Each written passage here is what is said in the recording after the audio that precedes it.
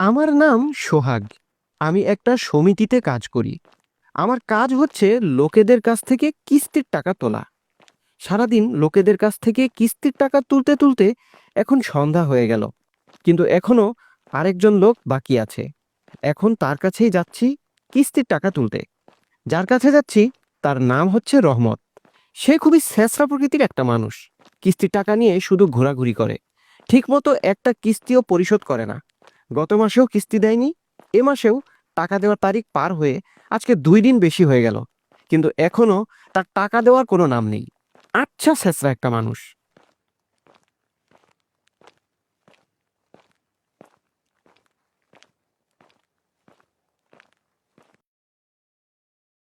আজকে যেভাবেই হোক তার কাছ থেকে কিস্তির টাকা না নিয়ে আমি বাড়িতেই ফিরবো না। রহমত ভাই, ও রহমত ভাই, বাড়িতে আছেন?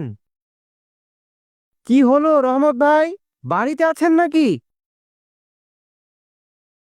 কথা বলছেন না কেন? বাড়িতে কি কেউ আছেন?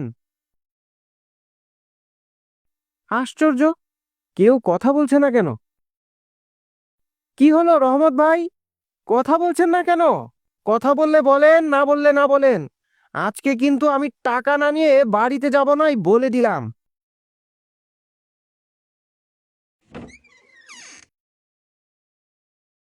আরে এত চেঁচাচ্ছেন কেন? ঘর থেকে বের হওয়ার সময়টুকু তো দিবেন নাকি? এত ডাকছেন কেন?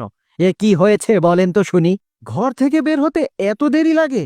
সেই কখন থেকে ডাকছি আপনাকে, কথার তো উত্তর দিতে পারেন নাকি? আজকে কত তারিখ মনে আছে? না, আজকে কত তারিখ? আজকে 12 তারিখ।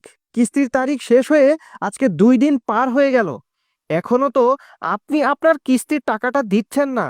গত মাসেরও কিস্তি বাকি আছে আপনার। কিস্তির টাকা নিয়ে তো দেখছি আপনার কোনো মাথা ব্যথাই নেই। আরে ভাই, এত রাগ করছেন কেন? শুনেন, আজকে আমার কাছে কোনো টাকা পয়সা নেই, হাত একদম খালি। আপনি আগামী বুধবার আসবেন, আপনার সব টাকা আমি পরিশোধ করে দিব। এই 3টা দিন আমাকে সময় দিন। টাকা নেওয়ার সময় তো ভালোই ভালোই টাকা নেন, আর দেওয়ার সময় এত তালবাহানা করেন কেন? আজকে আপনি টাকা দিবেন, আর নয়তো আমি এখান থেকে যাচ্ছি না, এই বলে দিলাম। এই যে সোহাগ ভাই, আমাকে আর মাত্র 3টা দিন সময় দিন। আমি যেভাবেই হোক আপনার সব টাকা পরিশোধ করে দেব। আরে না না না না না, আপনাকে কোনো সময় দেওয়া যাবে না।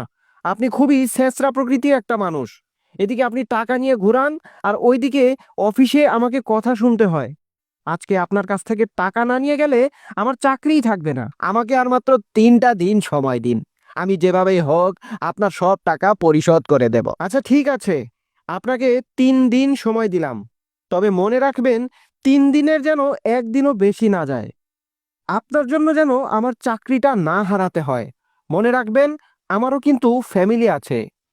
এখন আমি চললাম, 3 দিন পর দেখা হবে আপনার সাথে।